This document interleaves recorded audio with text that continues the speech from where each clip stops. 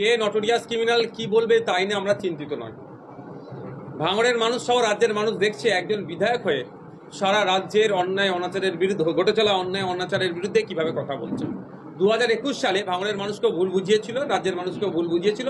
সেই জন্য ভাঙড় থেকে আমার মার্জিন কম ছিল, 26,151টি ভোটে জিতেছি। 2026 সালে ভাঙড় থেকে আরও বেশি মার্জিনে ইন্ডিয়ান সেকুলার ফ্রন্ট জিতবে, কারণ তখন বিজেপি চলে আসবে বলে ভয় দেখাচ্ছিল। আর এখন দেখুন বিজেপি আর তৃণমূল আলাদা নয়, একে অপরের পরিপূরক হিসাবে এরা কাজ করছে। এদের বিজেপি এসে যাবে বললে আটকালেও বিজেপি যে কাজগুলো করতে সাহস পায় না, তৃণমূল কংগ্রেস এগুলো করে দেখিয়ে দিচ্ছে। বিজেপি সাহস দেখাতে পারেনি যে আন্দোলন করতে গেলে দিল্লিতে গিয়ে করো অকাফ নিয়ে। পশ্চিমবাংলার মুখ্যমন্ত্রী তৃণমূল কংগ্রেস বলে দিয়েছে আন্দোলন করতে গেলে দিল্লিতে যেতে হবে।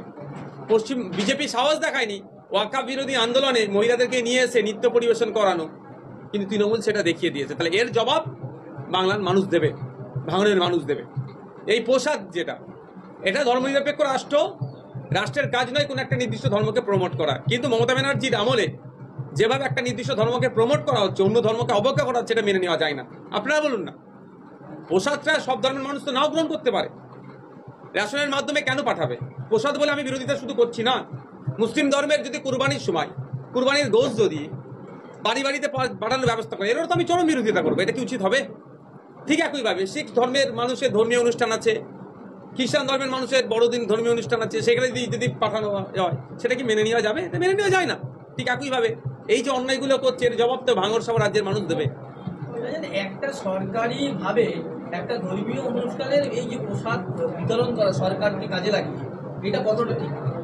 চরম অনৈতিক কাজ করছে, সংবিধান বহির্ভূত কাজ করছে। কিন্তু দুর্ভাগ্য আমাদের, এটাকে নিয়ে তথাকথিত যে সমস্ত রাজনৈতিক দলগুলো আছে সোচ্চার হচ্ছে না, সেই আমাদের কি সোচ্চার হতে হচ্ছে।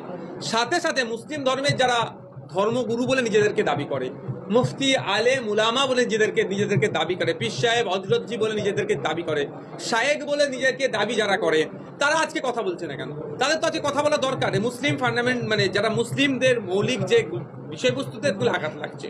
ঠিক একইভাবে যদি কালকে কুরবানির গরুর গোশ যদি পাঠায়, ঠিক হিন্দু ধর্মের ভাইদের আঘাত লাগবে, ভিন্ন ধর্মের মানুষের ভাইদের আঘাত লাগবে। ঠিক একইভাবে অন্যান্য ধর্মের ধর্মীয় অনুষ্ঠানে যদি কোনো ধরনের এই ধরনের কিছু কাউকে বাড়িতে পাঠানো, এটা ঠিক আঘাত লাগবে অন্যদের। এটা তো উচিত নয়। কিন্তু এই কাজটার চরম আমরা বিরোধিতা করছি। দরকার রাজ্য সরকারের বাড়িতে বাড়িতে একটা করে অ্যাপয়েন্টমেন্ট লেটার পাঠানো।